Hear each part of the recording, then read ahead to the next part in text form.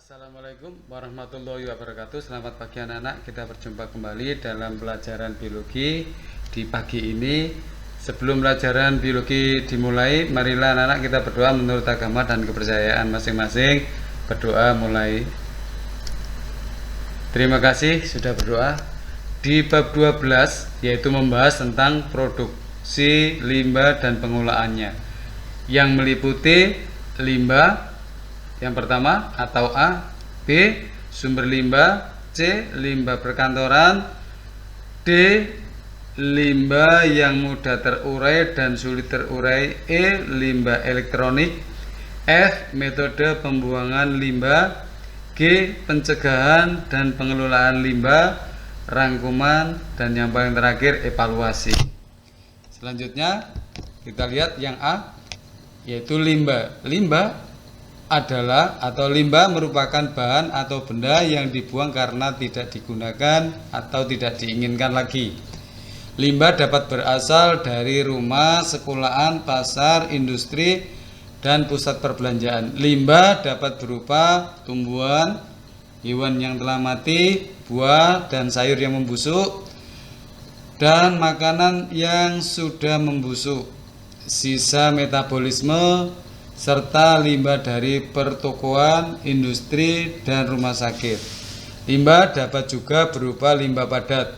Nah, anak-anak silakan dilihat contohnya di situ ada kaleng, kayu, keranjang plastik, dan seterusnya. Yang B, yang kedua atau B, sumber limbah. Berikut ini beberapa sumber limbah dan jenisnya. 1. Limbah rumah tangga, 2. Limbah industri, 3. Limbah pertanian, 4. Limbah komersial. Kita lihat nomor 1, limbah rumah tangga. Limbah rumah tangga merupakan limbah yang dihasilkan dari aktivitas rumah tangga sehari-hari.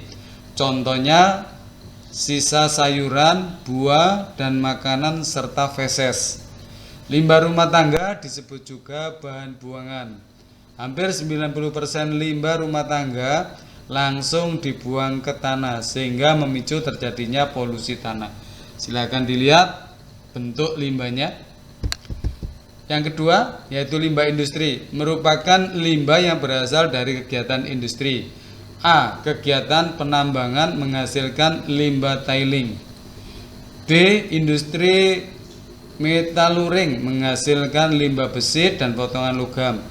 C. Pabrik kertas menghasilkan limbah potongan-potongan kayu, serat selulosa, dan bahan kimia. D. Kilang minyak menghasilkan limbah hidrokarbon, asam organik, dan senyawa sulfur. E. Industri makanan menghasilkan limbah organik. F. Reaktor nuklir menghasilkan limbah beracun, radioaktif, dan bahan bakar nuklir. Berikutnya yang ketiga, limbah pertanian. Limbah pertanian merupakan limbah yang berasal dari kegiatan pertanian. Limbah pertanian dapat berupa jerami, kotoran hewan, dan bahan kimia, bisa berupa pestisida, fungisida, dan seterusnya. Limbah bahan kimia dapat masuk ke perairan melalui resapan air tanah dari lahan pertanian. Bahan kimia yang digunakan di lahan pertanian dapat bersifat beracun. Nah, itu anak-anak tumpukan jerami yang dihasilkan dari limbah pertanian. Kita lihat yang keempat, limbah komersial. Limbah komersial merupakan limbah yang berasal dari tempat komersial seperti restoran, hotel, pasar, kantor, percetakan, dan rumah sakit. A.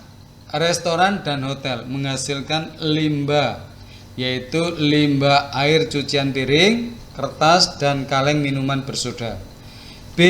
Perkantoran menghasilkan limbah kertas dan plastik. C. Percetakan menghasilkan limbah kertas, bahan kimia, dan pewarna. Dan juga kadang-kadang dihasilkan limbah berupa besi, berupa sisa staples dan seterusnya yang rusak. D. Rumah sakit menghasilkan limbah kertas, kapas, perban, alat suntik, botol infus, kateter, dan jarum bekas. C. Limbah perkotaan. Limbah perkotaan merupakan limbah yang dihasilkan dari kegiatan rumah tangga, restoran, institusi, pendidikan, dan area publik. Limbah perkotaan dapat berupa limbah padat dan cair yang mengalir melalui saluran air pembuangan atau selokan. Limbah saluran air pembuangan kebanyakan berupa air dan kotoran terlarut yang disebut kontaminan.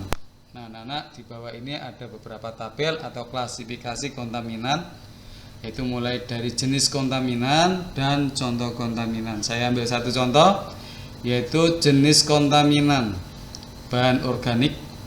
Contoh kontaminannya yaitu feses manusia, urin, kotoran hewan, minyak, pestisida, sampah buah, sayuran, dan lain-lain. Selanjutnya silakan dibaca lainnya.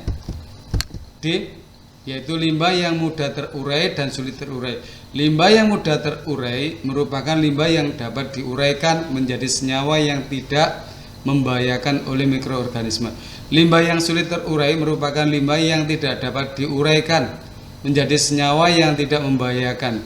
Limbah tersebut tidak dapat rusak atau membusuk. Silakan dilihat contohnya di samping itu. Limbah yang sulit terurai dapat didaur ulang atau recycle sehingga menghasilkan produk baru atau dapat digunakan kembali atau reuse. Anak-anak, pertemuan pagi ini saya akhiri sekian dulu. Billahi taufiq wal hidayah. Wassalamualaikum warahmatullahi wabarakatuh.